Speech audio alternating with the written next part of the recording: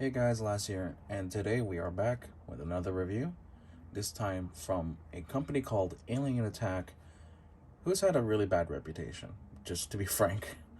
They had a reputation of quality control being absolute garbage, like hot garbage. So, my hopes weren't so high when I first saw this figure. However, that completely changed once I actually got them in hand, and I got both versions of the Alien Attack OPG optional girl. This one has a 01 moniker, but I don't know if they're doing any more of it.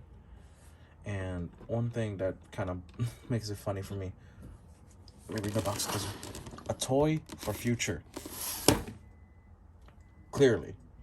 Yes. Sorry for background noise. And for the actual box, it's straight up just the Allspark. It's literally just the Allspark with Alien Attack. Logos here and there. You got ST Studio down here. Let me lower. Yeah, you got it right there. And if you notice, once you get the figure, you're going to have a tape that, even though it's upside down, this is M2. Now, M2 and M3 are different slightly in terms of like what accessories they get and what their body is, because there's like a bit of a difference, because it's supposed to be Revenge of the Fallen and then Dark of the Moon, you know, all that stuff. That's what it's supposed to be like. There's background noise, dang it. And yeah, box is really cool. I love the art on the front. It's the same art on the manual as well. The manual is actually pretty good for an action figure. It's actually pretty decent. It's easy to read, easy to follow, swap parts all around, all that fun stuff. So there you go. I'm impressed with the Alien Attack, being that this is my first figure after hearing horror stories of them. But I think they should keep going in this direction with just the straight up action figures based off of Transformers characters. I would love to see a Megatron, or the Bayverse Megatron, in this kind of thing. That's what I would personally like to see. Or Revenge of the Fallen, or even Dark of the Moon. I don't know about Age of Extinction or Last Night. Maybe not those two. Definitely one of the three that I mentioned just then. But yeah, let me move the box out of the way so you can see that I have both M2 and M3 in the back. Again, apologies for background noise. Let me move the camera closer. And the differences you're gonna see, besides obvious like outfit looks, and I just have her hands kind of folded, is that if you look here, this is the abdomen. This is the abdomen here for this one. Background noise. And M3, this is M3. M3 has the full-on abs to kind of mimic the Dark of the Moon ab plates that Optimus had. So yeah, roughly, we're starting with height, with scale. These are not going to scale with any of your Transformers figures, obviously, but they kind of scale with Figma. Not really, kind of. It's hard. It's weird because their scaling is kind of weird. I only have Figma human-like figures, so that's all I got to compare. At least they're on my shelf, and I don't want to get them down because they're high up. So she stands at about 7, like almost 7.5 inches tall, around that range. And then this one with the Optimus armor on stands at about 8 inches, like way above 8 inches, but close to 9. And yeah, let's start looking at detail with the armor version. I just say armor because essentially, to me, this is a cosplayer who's trying to be the Optimus Prime character. I made that sound weird. She's trying to cosplay Optimus Prime. Pretty much got all the back detail, got all the tires. She's got all 6 wheels on there too, because even on her ankles, you can see them right there. And yeah, so I'm going to probably flash the accessories on screen because I'm not gonna actually attach them, because yeah, that's a bit of a hassle for essentially a Figma-like figure. And even with her, what I will say that she does come with both armored and normal unarmored versions for grabbing hands to hold weapons, relaxed open hands, splayed open hands, pointer hands, fists, grappling hands. I messed up the pronunciation there. And trigger figure hands, because she's meant to hold the gun. The guns, pretty much. The other difference between M2 and M3 is that M3 comes with a Dark of the Moon-esque weaponry, so you can already kind of see it with the shield here. But since I have both versions, there you go. To explain that little phenomena, if you pre-order this figure, or both of them, or you order them during the first batch phase, you just get one of them, but you get both versions' weapons. I went ahead and got both versions way before this was public knowledge, so I didn't know. So now I just have two shields running around. But yeah, also the Dark of the Moon version comes with an axe, as you see right there, and she also comes with 2 Energon swords, like full-on swords, like katanas, all that fun stuff. Now, what you get with the M2 version, what you're normally supposed to get, and not the first batch stuff, you're supposed to get these sick-looking Energon hooks right there. Yes, got them good. They're pretty detailed. They're also really sharp, though. Be careful. These ones are the sharpest, in my opinion, because goddamn, I actually caught myself with these on accident. The Energon blades, and of course, the dual ion cannons. I actually really like the sculpting on these two. Now, I do want to point out one thing for these weapons. You can make them work with your mainline figures. If you collect mainline, like War for Cybertron or Studio Series, they can work with them. Let me get 2 of them here before I prepare the third one. But it also depends on their hands and how they're sculpted. So like Starscream, for example, he can hold Optional Girl's guns because his hands are permanently sculpted to be open. And then if your figures have articulated fingers and you're in their mainline, you can have Hot Rod, or at least because I have Hot Rod right here. You can have Hot Rod look like an absolute badass, like so. It's tiny, but yeah, you get the job done. And then using this extra big axe right here, I'm just gonna put it on a certain figure just because it seems to fit the best with them.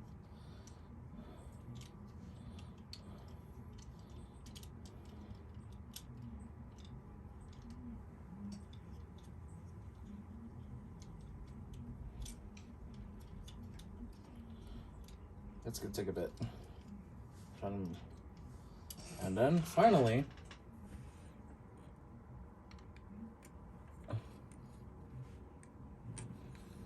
Optimus Prime with the big battle axe.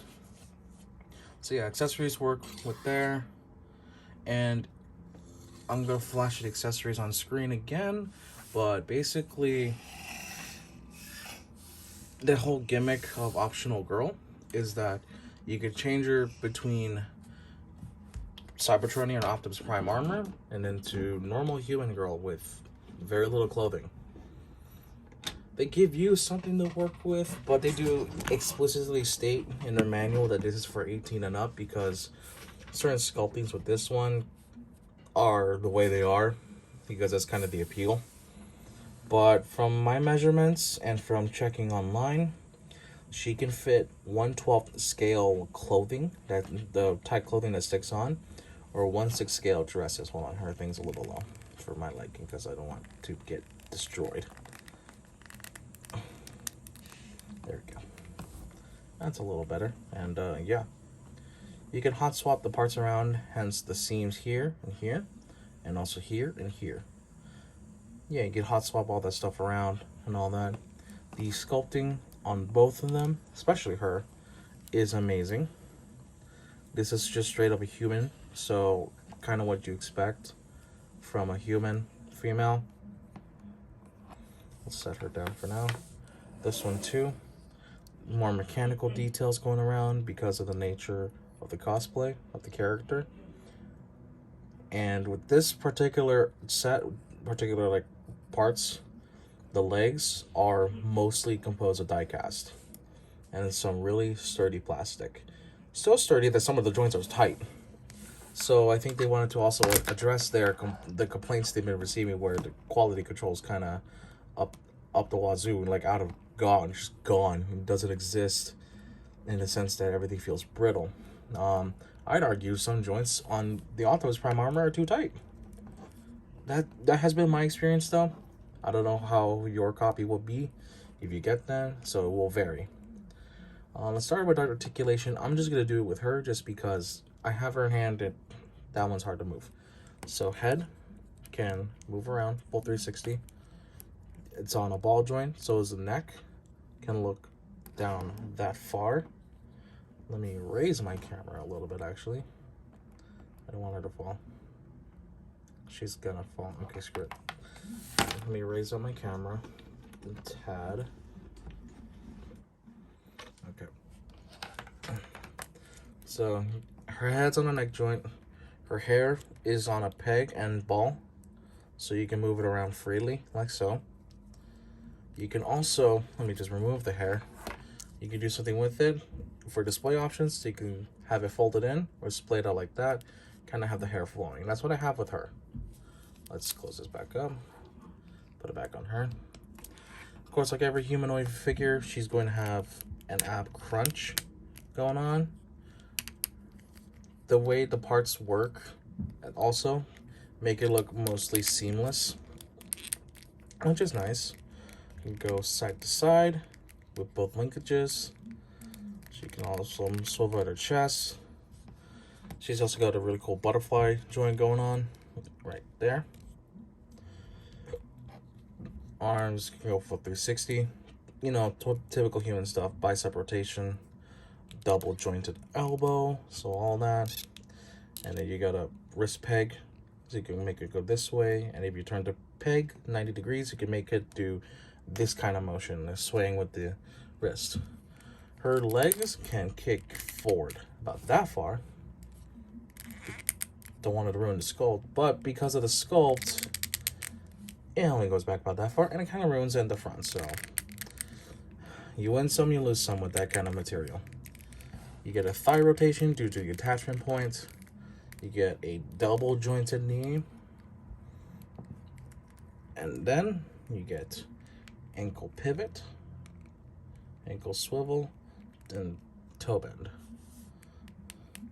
Now, while we're here, I want to address two complaints. One, I feel is just kind of unnecessary evil due to the way this figure works, is that if you look at her arms and legs, you notice these seams. That's for the main gimmick, where you can pop off different parts of her to switch around for different poses and all that. That's just kind of how it's going to be with that kind of gimmick. Another concern is that, oh, it's too sexy, too anime.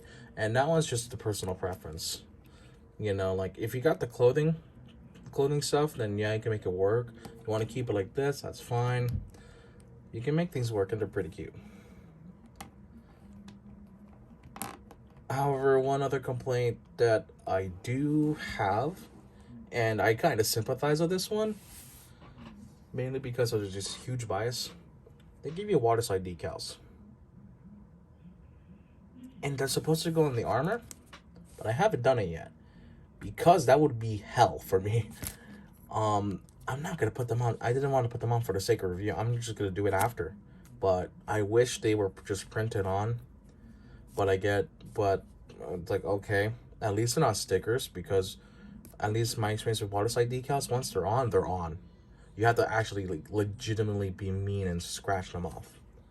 So yeah. One final thing before I forget is that if you look at her face, she's got this kind of anime, shy, moe, blush, whatever. But you can take apart her head. And you can indeed switch the faces around. So each figure comes with 5, one already attached, and that's going to be the mask. Then she gets this moe face. She gets an angry yelling face, or battle cry.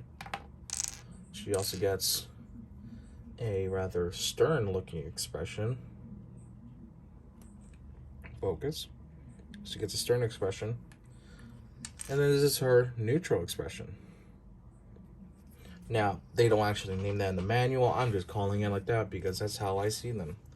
I kind of wish she came with a smiling face because in the promotional pictures, they had some. They had some in the promotional pictures, but I think they went with the more serious motif for Optimus Prime.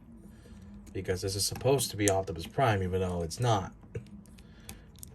This is just a girl cosplaying. And yeah, just to note, this is the default kind of clothing she comes with. It isn't much, but it's just to cover up, and I think it looks pretty cool. Oh, it looks pretty cute. It works. You can also get her like the standard figure clothing material, or even make your own if you want to do custom. I think I might commission someone at some point to make this one, make clothing for this one to be based off Lynn from Fire Emblem. Yeah, I'd say it like that. Oh well.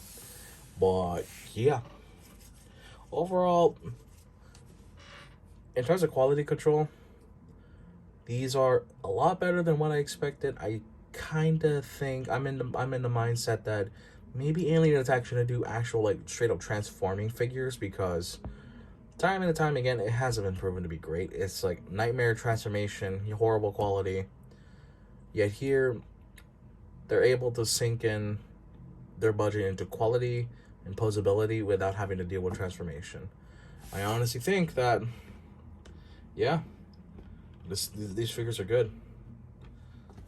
And just because, for sake of example, I have this chair from Coronation Starscream, what I'm gonna do is I'm just gonna put her legs up a bit. I'm gonna have them out a bit because I wanted to occupy the chair and not just slide off so easily. I think I'm just gonna mess with the hands as well. Let me just lower the camera so you can see what I'm doing. Alright, so I have her currently seated on the ground at the moment. Now we just gotta take the arms, kind of make use of the butterfly joints. Don't want the head to fly off or the hair to fly off. And then just kind of have her arms together in kind of a neutral position, like so. Or maybe not use the butterfly joints, still have a bit more leverage to work with. That's too low. Yeah, I'm just showcasing the posability right now. That looks awkward as all hell. I'm trying to get like a... There we go. Okay. Get it to a sitting position, and then we can start manipulating the knees, like so. And this out a bit more. Have her hands a bit more lowered. And there she is, sitting on her throne as a quote-unquote best girl to some. But, yeah. Anyways, yeah, no, that's it. I have nothing else to say. I've said everything about this figure that I can. But, yeah, no, this is absolutely a great buy if you want to get into it. Obviously, this is not for everyone because of the nature of the figure. It sharing stuff for Transformers, but also being this level of just straight up action figure. And the fact that the design is questionable to some. I personally don't mind it at all. I'm down for a Megatron version if they come out with it eventually. But yeah, if you want to not solo yourself with Alien Attack, you don't have to. But if you want to get into stuff that Alien Attack makes, pray that they make more of these figures, because it'll be absolutely worth it in my opinion. So yeah, anyways, that's everything I've got to say. Of course, I do apologize I haven't shown off the accessories too much, but if you want to see more like poses with both of them, you can just check out my social media. The links will be down in the description below. Make sure to also like, comment, and subscribe if you enjoyed this review and you want more of it, and let me know if you want more figures like this, not only from Alien Attack because they're great, but also just more figure reviews like this in general that aren't Transformers based. So yeah, let me know in the comments or let me know via social media what y'all think. Thank y'all so much for watching. Have a good one. Take care.